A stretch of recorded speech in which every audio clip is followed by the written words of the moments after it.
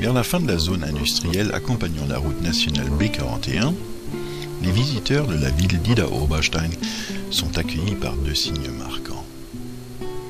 Ici, on voit la halle de la foire d'Idar-Oberstein, un bâtiment encore assez récent.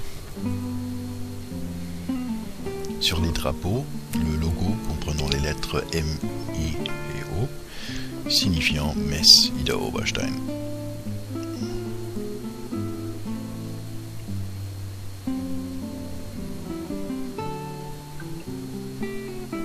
Quelques centaines de mètres plus loin, nous arrivons au Altenberg-Tunnel, c'est-à-dire le tunnel de la vieille montagne.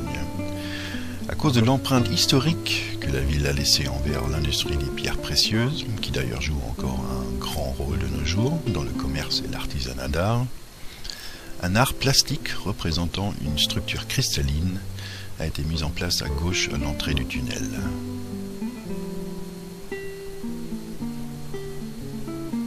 Ce tunnel a été construit pour soulager la circulation de la romantique vallée de la Nahe, la rivière qui traverse la ville d'Idar-Oberstein, et bien sûr également amplifier le tourisme dans toute la région.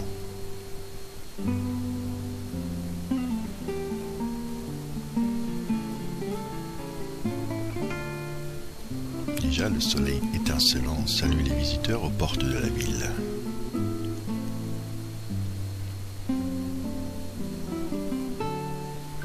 La vallée de la Nahe est également connue comme région de vignobles. Les bonnes conditions climatiques, avec des étés chauds et secs, sont également présentes dans le nord de la région, aux environs de Idar-Oberstein.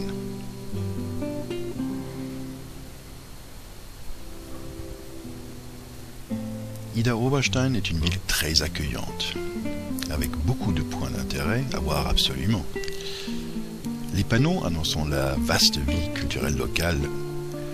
Parmi les événements marquants, on notera l'été culturel avec des pièces de théâtre internationales présentées au château et bien sûr au théâtre de la ville.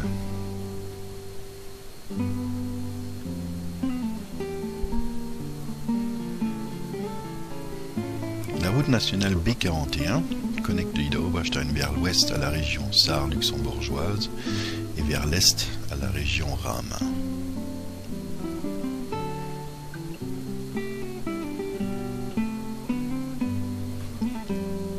Nous nous trouvons sur une superstructure au-dessus de la Nahe, c'est-à-dire la rivière Nahe coule au-dessous le long de la route que nous traversons en ce moment. Sur les berges de la rivière, de gauche et droite, de nombreuses usines ont été construites vers la fin du XIXe siècle.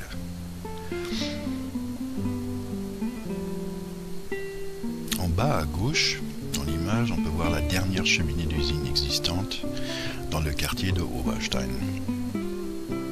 Elle fait partie du monument industriel Jakob Engel, le but de notre voyage.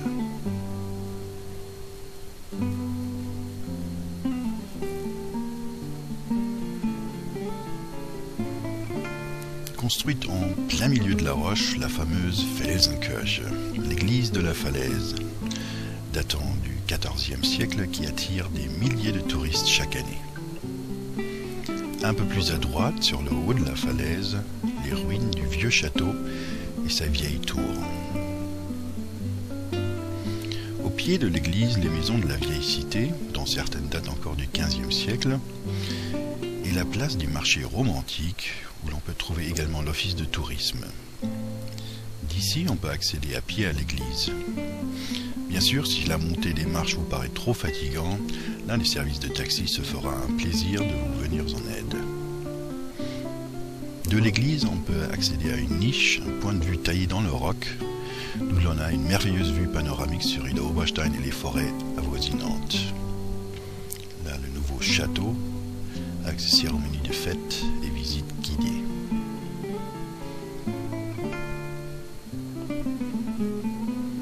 Nous allons à présent faire demi-tour. En proximité immédiate, les visiteurs trouvent des services municipaux culturels, comme par exemple les archives municipales, la bibliothèque, et en face au pied de l'église de la Felsenkirche, le musée d'Idar-Oberstein avec une collection de minéraux uniques et spectaculaires.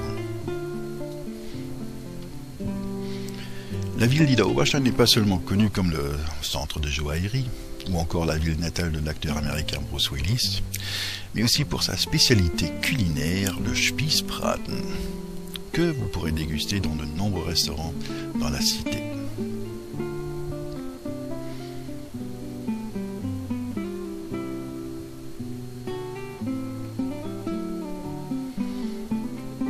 Sur les bords, les maisons du début du XXe siècle, avec des petites entreprises d'orfèvre ou de sous-traitance.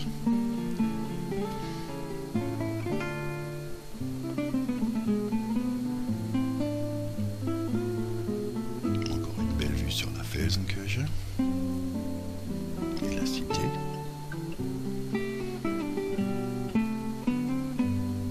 Des panneaux annonçant le théâtre municipal et le parking couvert du théâtre. Là, nous allons tourner à droite. À notre droite, nous voyons un nouveau des bâtiments datant du début du XXe siècle.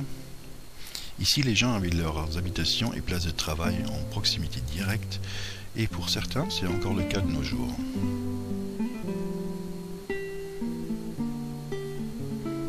Là, une ancienne entreprise d'orfèvre.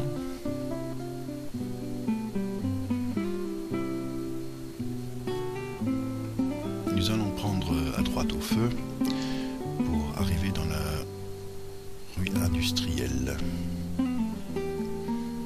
Voilà, ici nous prenons à droite. Devant nous, le bâtiment jaune du théâtre de la ville. En face à droite, le parking couvert du théâtre. Voilà le théâtre.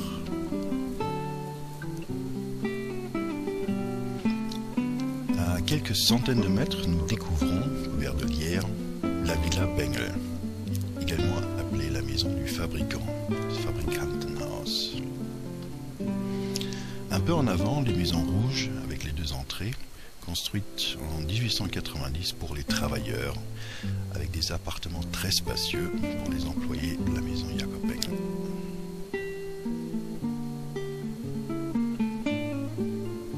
Et nous sommes arrivés à notre but, le monument industriel Bengel.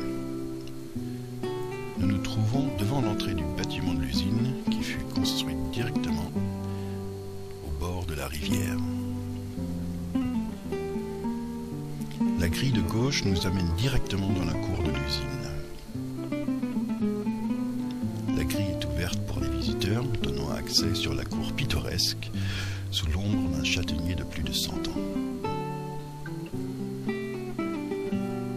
À l'arrière-plan, l'entrée de l'usine historique Jacob Bengel. La façade modeste trompe. Ici fut et est encore fabriquée la bijouterie de renommée internationale et vendue dans le monde entier.